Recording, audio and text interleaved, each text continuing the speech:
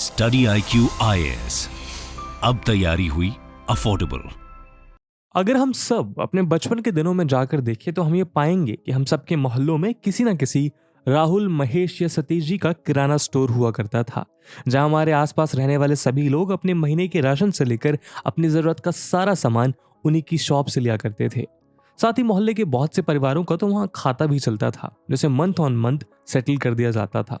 दोस्तों, आज भले ही हमारे उन मोहल्लों में रहने वालों के साथ साथ शॉप्स की संख्या भी बढ़ गई हो, लेकिन आज भी हम सब की कोई ना कोई फिक्स्ड शॉप है और हर शॉप के कुछ फिक्स्ड कस्टमर्स हैं। अगर आप अपने बाइंग पैटर्न पर गौर करें तो आप भी पाएंगे कि आप में से ज्यादातर लोग आज भी किसी न किसी राहुल, महेश या सतीश जी की शॉप से सामान खरीद रहे हैं। भले ही आज इस नए डिजिटल दौर में ब्लिंकिट या ग्रोफर्स ने हमारे ग्रोसरी परचेजिंग पैटर्न्स को थोड़ा चेंज कर दिया है, लेकिन फिर भी कहीं ना कहीं राहुल किराना स्टोर का हमारे कंज्यूमिंग पैटर्न में रेलेवेंस खत्म नहीं हुआ है। भले ही आज हमारे पास ग्रोसरी शॉपिंग के लिए supermarkets, online stores, home delivery apps और ना जाने कौन कौन से ऑप्शंस अवेलेबल हैं, लेकिन इस सब के बीच भी लोकल किराना शॉप्स की सुप्रीमेसी बरकरार है। खास तौर पर जब कोविड के दौरान अचानक लॉकडाउन की घोषणा हुई, तब भी हम सबको सबसे पहले अपने मोहल्ले के लोकल किराना स्टोर्स की ही याद आई थी। ऐसे में प्रश्न ये उठता है कि आखिर ये हुआ कैसे समय के साथ बदलते मार्केट और इरेटिक कंज्यूमर बिहेवियर के बीच भी किराना स्टोर्स आज भी वैसे ही मौजूद हैं। क्योंकि आज से कुछ साल पहले जब वॉलमार्ट जैसे बिग प्लेयर्स ने इंडियन ग्रोसरी मार्केट में अपना कदम रखा था, तो सभी को ये उम्मीद थी कि अब इंडियन रिटेल मार्केट्स और खास तौर पर हमारे मोहल्ले के कन्वेंशनल किराना स्टोर्स ऑब्सोलीट हो जाएंगे, यानी यूज में नहीं रहेंगे। बाकी अनुमान छोड़िए, जब फिस्कल ईयर 2011-12 में इंडियन गवर्नमेंट ने मल्टी ब्रांड रिटेल में 51% FDI को अलाउ किया था, तब ट्रेडर्स, हॉकर्स और उनके फॉर्मल इनफॉर्मल एसोसिएशंस खुद इस फैसले के खिलाफ देशव्यापी अनशन और प्रोटेस्ट पर उतर आए थे, क्योंकि उनका भी यही मानना था कि सरकार के इस फैसले से आने वाले सालों में उनकी शॉप्स बंदी हो जाएंगी। आफ्टर ऑल, सबको ये उम्मीद थी कि ये छोटे छोटे स्टोर्स और बिजनेस ओनर्स इन कंपनीज के deep pockets, market strategies, sophisticated supply chain और हायर डिस्काउंट का मुकाबला कैसे कर पाएंगे। लेकिन इस चेंजिंग मार्केट स्पेस के बीच एक डिकेड से ज्यादा बीत जाने के बाद भी हमारे किराना स्टोर्स अभी भी जस के तस खड़े हैं। तो चलिए आज के हमारे इस वीडियो डिस्कशन में हम इसी बात को और गहराई में समझने की कोशिश करते हैं कि आखिर ये हुआ कैसे और कैसे हमारे लोकल शॉप्स ने इन डीप पॉकेटेड बिजनेस हाउसेस के खिलाफ खुद को रेलेवेंट बनाए रखा।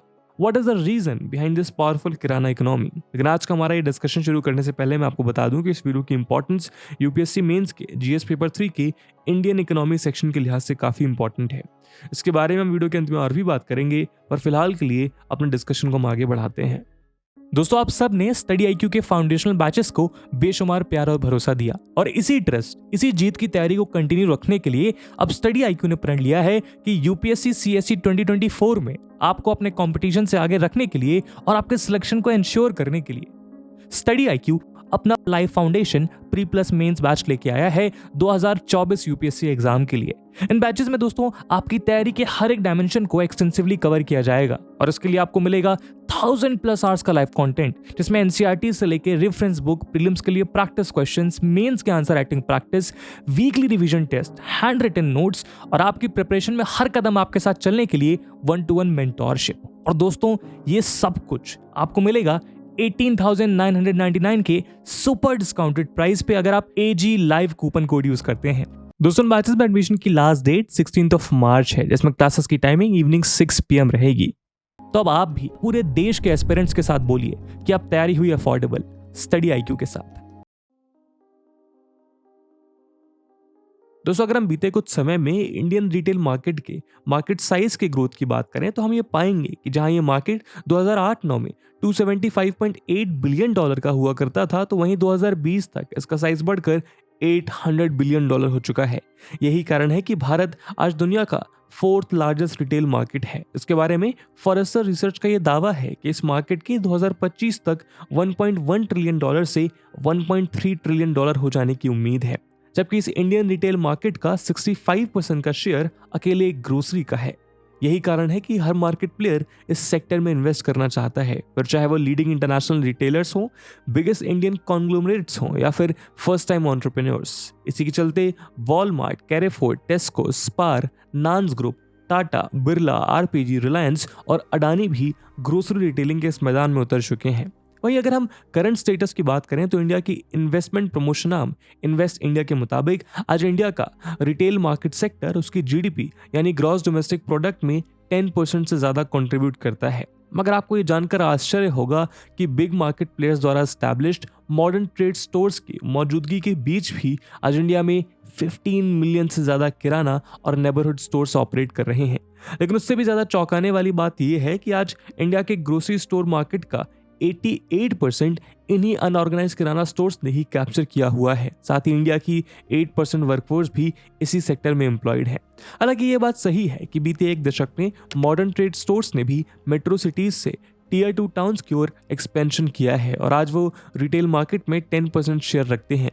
लेकिन फिर भी ये प्रश्न उठता है कि जिस तरह की एक्सपोनेंशियल सक्सेस सुपरमार्केट कल्चर और वॉलमार्ट या 7-Eleven जैसे कन्वीनियंस स्टोर्स ने वेस्टर्न कंट्रीज में अचीव की है, वैसी सक्सेस वो इंडिया में क्यों अचीव नहीं कर पा रहे हैं। या अगर हम इसे यूं कहें कि किराना स्टोर्स ऐसा क्या कर रहे हैं जो ये हेवली डिस्काउंटेड और अपने कस्टमर्स को सोफिस्टिकेटेड बाइंग एक्सपीरियंस देने वाले मॉडर्न ट्रेड स्टोर्स नहीं दे पा रहे हैं। दोस्तों, इस बात को समझने के लिए हमें पहले इंडियन रिटेल कंज्यूमर और यूएस या वेस्टर्न कंट्रीज के कंज्यूमर के बीच के कंट्रास्ट को समझना होगा।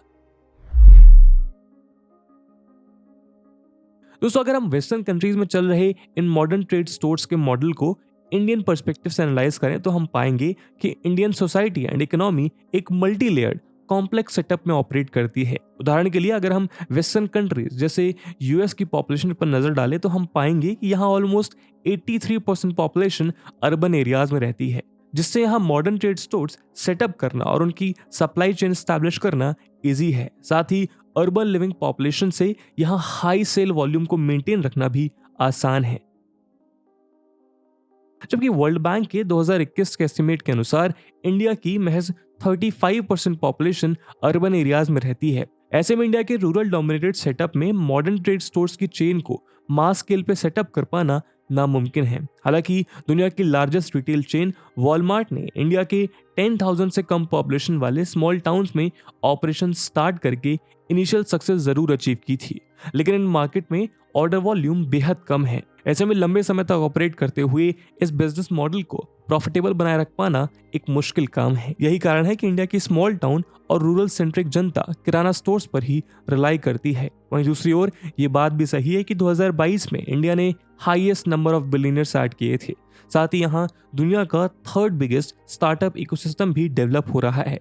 लेकिन ये बात भी उतनी ही सही है कि इंडिया की रूरल एग्रेरियन इकोनॉमी, जिसकी 54% पॉपुलेशन एग्रीकल्चरल एक्टिविटीज पर डिपेंडेंट है, उसकी per capita income western country से काफी कम है। जहां वर्ल्ड बैंक के 2021 के आंकड़ों के मुताबिक परचेजिंग पावर पैरिटी के मामले में यूएस की पर कैपिटा इनकम $70,000, जर्मनी की 59,000 और स्पेन की $49,000 से भी ज्यादा थी। तो वहीं सेम ड्यूरेशन के लिए इंडिया में ये $7,130 थी। ऐसे में इसका डायरेक्ट इम्पैक्ट इंडिया की कंज्यूमर्स की परचेजिंग कैपेसिटी और फूड चॉइसेस पे पड़ता है। इसके चलते मेजॉरिटी इंडियन कंज्यूमर नेसेसरी और रिपीटेड कंज्यूमर प्रोडक्ट्स बाई करते हैं, जबकि मॉडर्न ट्रेड स्टोर्स और सुपरमार्केट्स अपने सेल वॉल्यूम बढ़ाने के लिए कंज्यूमर को ज्यादा और डिफरेंट प्रोडक्ट्स को पुश करने की स्ट्रैटेजी पे वर्क करते हैं। ऐसे में इंडियन कंज्यूमर के सामने उनकी ये स्ट्रैटेजी फेल हो जाती है। इसका सीधा सा उदाहरण हम सब अपने घर में ही देख सकते हैं। हम में से ज्यादातर घरों में ग्रोसरी लिस्ट बना करती है और इसी के अकॉर्डिंग सामान खरीदा जाता है। कौन से मसाले, वॉशिंग पाउडर, सोप और यहाँ तक कि कौन सा टूथपेस्ट लेना है, ये भी हम पहले से डिसाइड करके ही ग्रोसरी शॉपिंग के लिए जाते हैं। जबकि इसके उलट सुपरमार्केट्स और मॉडर्न ट्रेड स्टोर्स नए प्रोडक्ट्स की तरफ अट्रैक्ट करने की स्ट्रेटजी पर वर्क करते हैं। ऐसे में ये हम इंडियंस की कन्वेंशनल बाइंग प्रैक्टिसेस को चेंज कर पाने में अभी तक कुछ हद तक असफल ही सिद्ध हुए हैं।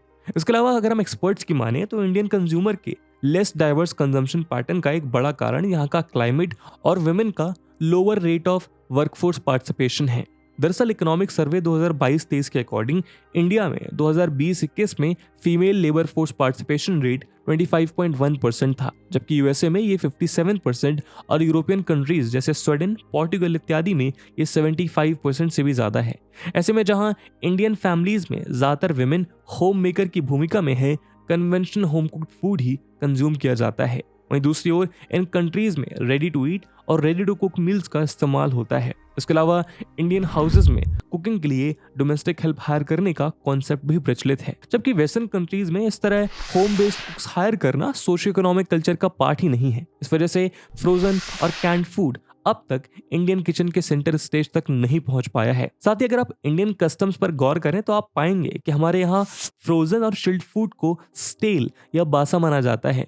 इस वजह से ज्यादातर घरों में दिन में 2 बार फ्रेश मील बनाने की परंपरा है। वहीं अगर हम इंडिया की वेदर कंडीशंस पर गौर करें तो यहाँ साल भर मिलने वाली सनलाइट और एग्रीकल्चर बेस्ड इकोनॉमी होने की वजह से फूड क्रॉप, सीरियल्स और दूसरे डाइटरी प्रोडक्ट्स साल भर अवेलेबल रहते हैं, जिस वजह से प्रोसेस्ड फूड प्लांट और बिना किसी कोल्ड स्टोरेज की जरूरत या फिर सिस्टमैटिक सप्लाई चेन के किराना स्टोर्स खुद ही जरूरत का सारा सामान पहुंचाने में सक्षम है। ऐसे में हम देख सकते हैं कि हमारी फूड चॉइसेस, बाइंग कस्टम्स और सोशियो इकोनॉमिक रीजंस की वजह से हमारे लिए किराना स्टोर्स ज्यादा एप्रोप्रिएट सिद्ध होते हैं, मानो कन्वेंशनल किराना स्टोर्स हमारे कल्चर का ही पार्ट हो। लेकिन इसका मतलब ये नहीं है कि सिर्फ इंडियन सोशियो इकोनॉमिक सेटअप की वजह से यहाँ पर किराना स्टोर्स मॉडल सक्सेसफुल है, बल्कि इसके उलट किराना स्टोर्स कुछ ऐसा भी ऑफर करते हैं जो ये मॉडर्न ट्रेड स्टोर्स और सुपरमार्केट्स भी नहीं कर पाते। दोस्तों, किराना स्टोर के एज को समझने के लिए चलिए हम फिर से उसी राहुल किराना स्टोर पर चलते हैं। अगर आप अपनी लोकल किराना शॉप पर नजर डालें तो आप पाएंगे कि वहां की inventory local needs, food choices और डिमांड्स के अकॉर्डिंग ही कस्टमाइज रहती है। उदाहरण के लिए बिहार के किसी टाउन का किराना स्टोर और वहां मिलने वाले आइटम्स केरला के कन्नूर या गुजरात के भुज से अलग होंगे। और इसका सबसे बड़ा कारण यह है कि इन लोकल किराना शॉप्स का लोकल कम्युनिटी में ग्राउंडेड होना। इन शॉपकीपर्स के अपने कस्टमर से वन ऑन वन रिलेशंस की वजह से उन्हें हर कस्टमर की जरूरत की पहचान होती है। ऐसे में एक रीजन में रहने वाले ज्यादातर लोगों के परचेजिंग पावर और रीजन, कम्युनिटी और क्लाइमेट कंडीशंस के अकॉर्डिंग बदलते नुआंस इंडियन कंजम्पशन पैटर्न के बावजूद भी ये किराना स्टोर कम्युनिटी की जरूरत समझते हैं, जबकि modern trade shops universal service देने की वजह से one size fits all approach पर वर्क करते हैं।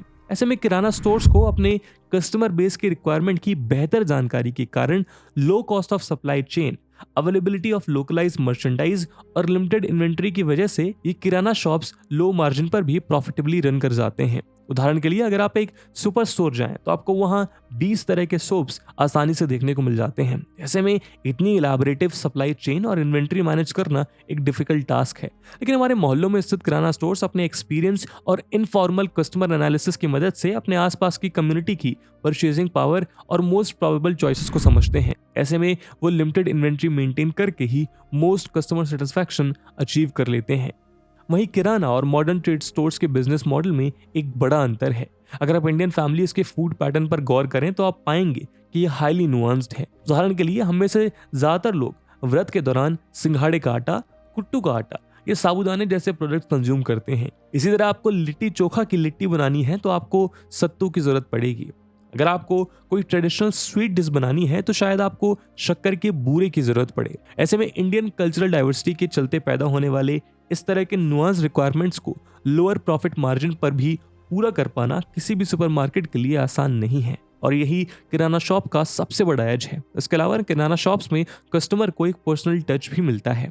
अब क्योंकि ये kirana businesses low profit margin but high sale volume के बिजनेस मॉडल पर रन करते हैं, ये किराना व्यापारी अपने व्यवहार से कस्टमर्स को अपने साथ बांध कर रखते हैं, जबकि ये पर्सनल इंटरैक्शन एक मॉडर्न ट्रेड शॉप पर मिसिंग होता है। यही कारण है कि जहां एक और मॉडर्न ट्रेड शॉप से उनके कस्टमर हर बदलते ऑफर और डिस्काउंट के साथ साथ शॉप्स या फिर कहें प्लेटफॉर्म चेंज कर लेते हैं, तो वहीं किराना स्टोर्स के कस्टमर सालों साल उनसे बंधे रहते हैं, जिससे ये रिश्ता एक कस्टमर और सेलर से ज्यादा म्यूचुअल ट्रस्ट का हो जाता है। ट्रस्ट क्वालिटी ऑफ प्रोडक्ट का और ट्रस्ट हर महीने के एंड में उधार का खाता क्लियर करने का। यही कारण है कि लोकल शॉप्स पर शॉपकीपर्स के अपने कस्टमर से वन ऑन वन रिलेशंस की वजह से मंथली खाते भी चलते हैं और उधार भी, जिसकी वजह से कस्टमर को इनसे ऐसी सुविधा मिल पाती है जैसे कोई क्रेडिट कार्ड कंपनी भी ना दे पाए।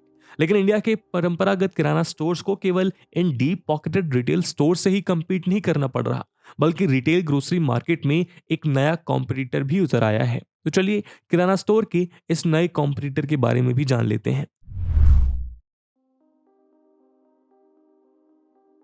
दोस्तों, बीते कुछ सालों में क्विक कॉमर्स के ऑनलाइन ग्रोसरी स्टोर के ट्रेंड को नोटिस किया गया है। कैसे स्विगी के इंस्टामार्ट, ब्लिंकिट या ग्रोफर्स, बिग बास्केट का बीबी एक्सप्रेस और डंजो जैसे मार्केट प्लेयर्स 15 से 20 मिनट में ग्रोसरीज हमारे घर पहुंचाने का दावा करते हैं। यूं तो ये बिजनेस मॉडल यूरोपियन कंट्रीज में पहले से बूम कर रहा था, मगर इंडिया में कोविड वेव के बाद से खास तौर पर ऐसी सर्विसेज का मार्केट तेजी से बढ़ा है। और इन कंपनीज के बीच चल रहे कट थ्रोट कंपटीशन का अंदाजा हम इस बात से लगा सकते हैं कि अब अमेजॉन फ्रेश और फ्लिपकार्ट क्विक जैसी सर्विसेज भी मैदान में उतर चुकी हैं। अगर हम रेड सी मैनेजमेंट कंसल्टिंग की एक रिपोर्ट की माने तो क्विक कॉमर्स का मार्केट जो 2021 में लगभग $30 मिलियन का था, उसके 2025 तक 15 गुना बढ़कर $5 बिलियन हो जाने की उम्मीद है। इस रिपोर्ट के मुताबिक ऐसा होने का सबसे बड़ा कारण भारत में तेजी से बढ़ता internet penetration, emerging online payment ecosystem और बीते कुछ सालों में तेजी से बढ़ता ई कॉमर्स ट्रेंड है। इसकी वजह से मार्केट में कंज्यूमर अब शॉपिंग एक्सपीरियंस में कन्वीनियंस को प्रायोरिटी देने लगा है। साथ ही अब अनप्लान्ड शॉपिंग का भी ट्रेंड तेजी से बढ़ा है।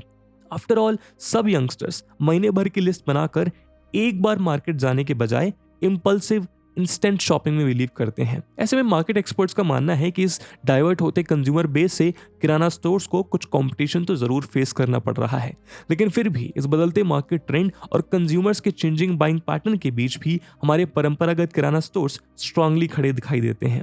दरअसल मार्केट स्टडीज ये बताती हैं कि इंडिया का कन्वेंशनल किराना स्टोर भी तेजी से डिजिटाइज हो रहा है और टेक बेस्ड सॉल्यूशन की मदद से वो भी तेजी से इवॉल्व होते जा रहे हैं। इसकी मदद से वो भी अपने कस्टमर्स को ऑर्डरिंग और डिलीवरिंग का डिजिटल एक्सपीरियंस ऑफर कर पा रहे हैं। उदाहरण के लिए अब तो छोटे छोटे लोकल स्टोर्स भी कस्टमर्स को बेटर सर्विस देने के लिए ऑनलाइन पेमेंट इंफ्रास्ट्रक्चर सेटअप करने से लेके व्हाट्सएप पे ऑर्डर लेने तक नए नए तरीके अपना रहे हैं। और यहाँ भी मॉडर्न ट्रेड स्टोर की ही तरह किराना स्टोर्स के पास इन क्विक कॉमर्स कंपनी के कंपैरिजन में एडवांटेज ये है कि उन्हें हाई वैल्यू या हाई वॉल्यूम ऑर्डर के लिए इन्वेंट्री स्टोर करने की जरूरत नहीं है, बल्कि वो लोकल नीड्स और अपनी लोकेलिटी के बेसिस पर ही अपनी इंडिविजुअल इन्वेंट्री डेवलप कर सकते हैं। ऐसे में उनका कॉस्ट ऑफ ऑपरेशन भी कम हो जाता है। यही नहीं, quick commerce businesses highly location dependent है। उदाहरण के लिए मेट्रो सिटीज के पॉश इलाकों में क्विक कॉमर्स सर्विसेज का इस्तेमाल ज्यादा होता है। ऐसे में कुछ स्पेसिफिक लोकेशंस पे ही इन बिजनेसेस को वो हाई ऑर्डर डेंसिटी मिल पाती है, जिससे ये प्रॉफिटेबल बने रह पाए, क्योंकि रिटेल मार्केट में ग्रोसरी एक लो मार्जिन सेगमेंट है। ऐसे में प्रॉफिटेबिलिटी के लिहाज से स्मॉल एवरेज ऑर्डर वैल्यू एक बड़ी समस्या है, जिसे ओवरकम करने को इन बिजनेसेस को सूनर और लेटर डिलीवरी चार्जेस लेने ही पड़ते हैं। लेकिन यहाँ पर किराना स्टोर्स की लो ऑपरेशनल वैल्यू उन्हें कॉम्पिटिटिव एज देती है, क्योंकि वन ऑन वन इंटरैक्शन और कस्टमर को रिटेन करने के लिए जीरो डिलीवरी एक्सपेंसेस पे डिलीवर करने का बढ़ता ट्रेंड किराना शॉप्स को बदलते टाइम के साथ भी रेलेवेंट बनाए रखे हुए है।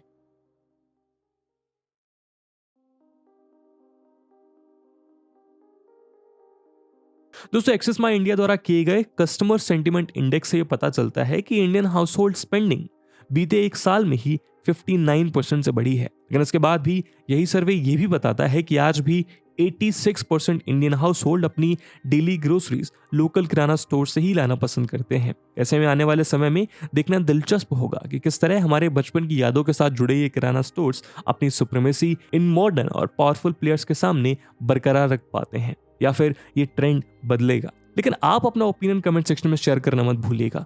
आप कहां से ग्रोसरीज लेते हैं और आपके हिसाब से ग्रोसरी मार्केट का फ्यूचर क्या रहने वाला है? और इसी सवाल के साथ दोस्तों आज की वीडियो को हम यहीं विराम देते हैं। और जैसा हमने वीडियो के पहले भाग में बताया कि इस वीडियो की इंपॉर्टेंस यूपीएससी मेंस के लिहाज से काफ़ी ज़्यादा है, और उसी इंपॉर्टेंस को देखते हुए एक सवाल हम आपके लिए छोड़कर जा रहे हैं, जिसको आपको कमेंट सेक्शन में आंसर करना है। And the question is, critically analyse the trend of shrinking of the informal sector in the recent years and the necessary precautions to be taken up with this new trend. And with this question my friends, that's it for the video. I hope आपको video पसंद आई होगी, और अगर पसंद आई है तो अपने दोस्तों के साथ शेयर करना मत भूलिएगा। हम मिलते हैं अगले वीडियो में, तब तक के लिए जय हिंद, जय भारत।